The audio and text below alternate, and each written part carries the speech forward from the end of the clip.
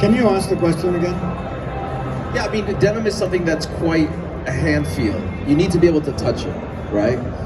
Some people go to a store, they don't like a raw denim because they don't want to break it in. Others, so when they feel something that's maybe distressed or washed in, is this something that translates well through the digital world? Is denim still very much a physical thing to experience? Because you can put a T-shirt online, everyone, you know what that T-shirt looks like. Especially if there's a model or an influencer that is your same build, so you kind of get it, right? You turn to the people that look like you, but denim is something else. I think it's a combination of factors. I think the visual representation of the object of denim it's valid. I mean, a brand has a lifestyle, has a story, has a culture. Right or wrong, I don't know. I mean, I was lucky to work with company like Diesel, for example, in the mid-90s, where lifestyle really was the determining factor. It was not only jeans, it was successful living, which was... Who remembers those Diesel campaigns, or is old enough to remember those Diesel campaigns from the 2000s, 90s? Very, very provocative. It's very provocative, but it was those campaigns were the equivalent of Instagram today. Right, exactly. So they were published differently on digital, but you will go in every store and you will see posters and postcards, right? Great POS campaign and stickers, and there was a visual explosion when you were touching a brand. And there was an incredible competition because Diesel was very strong, but there were companies like Replay and Melting Pot, Aviatique and other brands I can't remember right now, but we were all competing for a great looking brand, a brand you could identify with. Okay, and so that was extraordinary. What is happening now, and that a lot of that was 3D. It's like what a retail is today, a 3D. Instagram is two-dimensional. Right. It's 2D, so it's flat. It's a flat representation, even if the image is crisp. It's beautifully done. If you hire the best photographer in the world, it's still not a tactile store. That's why I think that exciting shops are still very relevant, particularly for denim, because denim is tactile. Yeah. Now, for example, it's stretch, it's washes, it's different blends. You have short, you have different bodies.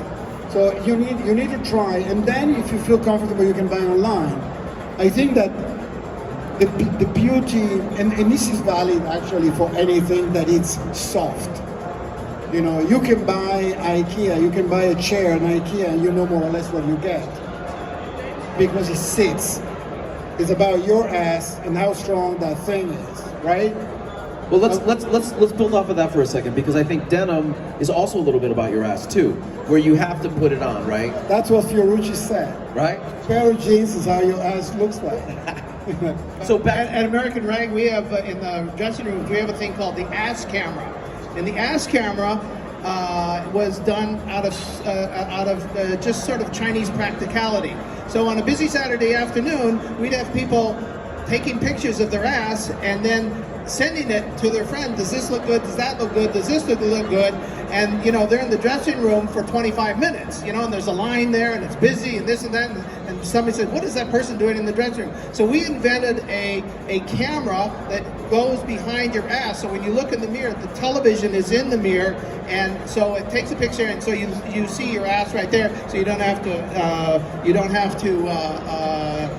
send a message to your friend. Yeah. So on that note, because I want to talk about the subcultures thing, and I also want to hit on vintage, which I think is important. So with denim, I think one of the reasons that maybe it's sort of gone beyond subcultures is that it is so unique and so personal, right? One person that's taller may look better in a straight leg jean. I'm shorter, so everything looks better on me tapered, as an example. So is it because of the way denim is so personalized to somebody that it sort of is above and beyond this idea of subculture. Even though people want specific fits, you know what I mean? If you're still a rocker, you still want that skinny jean. But more than ever, those things come and go. One thing I also want to mention is there was a certain time in hip hop where denim was really not part of the conversation, and then it became part of the conversation.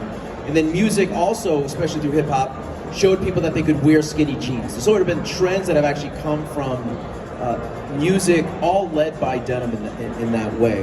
And it leads me to actually talk a little bit about vintage, because it's something that's been important to all of you guys. And for those that are not aware, in the 80s and 90s, there was quite a Levi's craze where buying vintage Levi's in the United States became a business for many people who are essentially shipping them overseas. One thing I'd like to say is that sometimes the overseas market reminded America of what we had that was so good, because they were taking so much of our vintage from us, but it was so influencing what was happening in the world. Mark, I want to put it to you. How important is vintage denim today? Are we seeing a spike again in that play? And something that came out of Amy's panel that I saw earlier is the idea of embellishment, sort of the new personalization, which of course is something that's always been in there. People have been patching and fixing product for so long. Certainly in the 60s, embellishments and embroideries really became popular on the denim of the time. How does denim play into sort of the leveling of it all? And how important is it to your market today, Mark? Okay, so vintage clothing, in my mind, in my world, is the inspiration of everything you see here. Because, basically a human being has a core, 2 arms, 2 legs, okay? And then you design around that. So everything that has been imagined here has been imagined within the context of the technology and the know-how of an earlier era. And sometimes that's attractive, and sometimes that's not so attractive, and sometimes it's goofy. But every generation discovers vintage by themselves, but they discover a new vintage because they have a different youth from the time before. At American Rag right now, we're taking our entire homewares building, and I'm talking about right today, we're taking our entire homewares building. We have 3 buildings and a parking structure on the Brea, and we're converting back to our roots, which is American Rag. It's a rag company, and we're turning an entire building into vintage clothing. The new generation that's been educated, and I have 8-year-old twins, talk to me all the time about, and I'm also on I teach a class at USC. They talk to me about sustainability, and they tell me that vintage is the most sustainable clothing there is. Isn't that something? Is that true? Yeah, it is true. Actually, it is absolutely true. The footprint of vintage clothing is it's yeah. I mean, recycling right. is important. Right, and jeans last forever. To Maurizio's point, right? Yes. So, no, vintage is extremely relevant today, and it's going to become more and more relevant. Indeed, I've seen statistics that today in the United States it's about a $27 billion market. Everybody knows about Real. Everybody knows about all these resellers of jewelry, etc. And by 2023, the vintage market is projected to be 51 billion. So it's an enormous trend worldwide. I want to ask a follow-up based on that. So if it's agreed that vintage is the most sustainable, people want to shop in it, it's growing, what does the future of the denim industry look like if consumers want to just buy product that already exists? How does a brand get into there? Maybe Maurizio, I'd love to hear your take on this. What you're doing, yeah. Maybe you're the and let everyone know a little bit about Atelier and Repairs a little bit. I'm guilty of having worked with big companies that have produced a lot of denim, too many, to have produced way too many jeans, and for no particular reasons. Overproduction is an extraordinary problem that we have right now. Every company wants to show that want to sell more, want to produce more, they want more available to sell. It's a race for domination, and I became very disappointed with the industry, particularly with the industry, well, at least the industry of clothing in general, but denim with in the problem of overproduction, then so in the body of overproduction in the world, denim is a cancer. The way it's done, the number of pieces made every year, the chemical involved, the way denim is manufactured, and on the way fabrics are made, and so forth, it has a devastating negative effect on the planet and on the people. Actually, I put the people first, and then the planet. So my point of view is a bit controversial because, and what was a hobby originally called atelier and repairs. We were supposed to make a few pieces every once in a while, and that was it. It became somehow an attraction for some. I don't produce anything. I transform what already exists. So I source vintage, second-hand. It's not even vintage. To me, is pre-79. 1980 and say early 2000, it's either used, and some brands that were produced in a small number of pieces, I call them archival, and all the rest is fluff. So what we're trying to do is to eliminate, not necessarily vintage, because vintage is beautiful and should not be embellished. To one point, keep the original. Keep the original, don't touch it, fix it, repair it, but don't destroy it, because there is a sentimental and intrinsic value of a fabric that doesn't exist anymore, on a fit that doesn't exist anymore, and it's just beautiful, just fading beautifully and so forth. Secondhand has very little value for me. So secondhand, military, for example, I mean, this is a 1965 Korea War cargo pants. Vintage, yes. Collectible, no. How many pieces were made? Millions. Because this atrocious industry of war, because we keep fighting wars, produces uniforms like sandwiches at Burger King.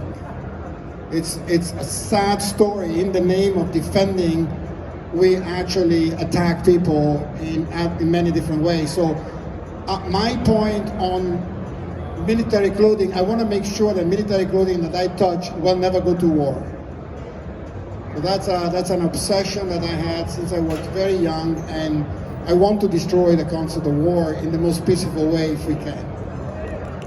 Thank you.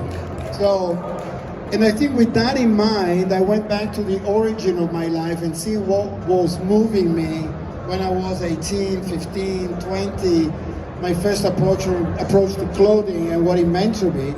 So I came to the conclusion that the most sustainable jeans is the jeans not produced. Because there is an accumulation of denim around the world that it's unmeasurable. In addition to that, there are trillions of yards of denim fabric made that has not been used. So, and I want to attack that first, before we get into organic cotton and other amazing technologies and so forth. So, my point of view on that is that vintage, if vintage is pre-79, treasure it, love it, show it, share it. Because there is a history. If that item means something to you, keep it close. Maybe give it to your best friend if you don't use it anymore. Everything else is that drives you to, and that's the conclusion, is like, again, make intelligent choices on your shopping. Do I need it? Do I like it? Can I use it for a long time? Do I feel good? Do I feel comfortable with who I am? And stay there. So I think that vintage also is an incredible engine for future creativity and innovation. So there is no designer in the world that is not looking at old before creating the new.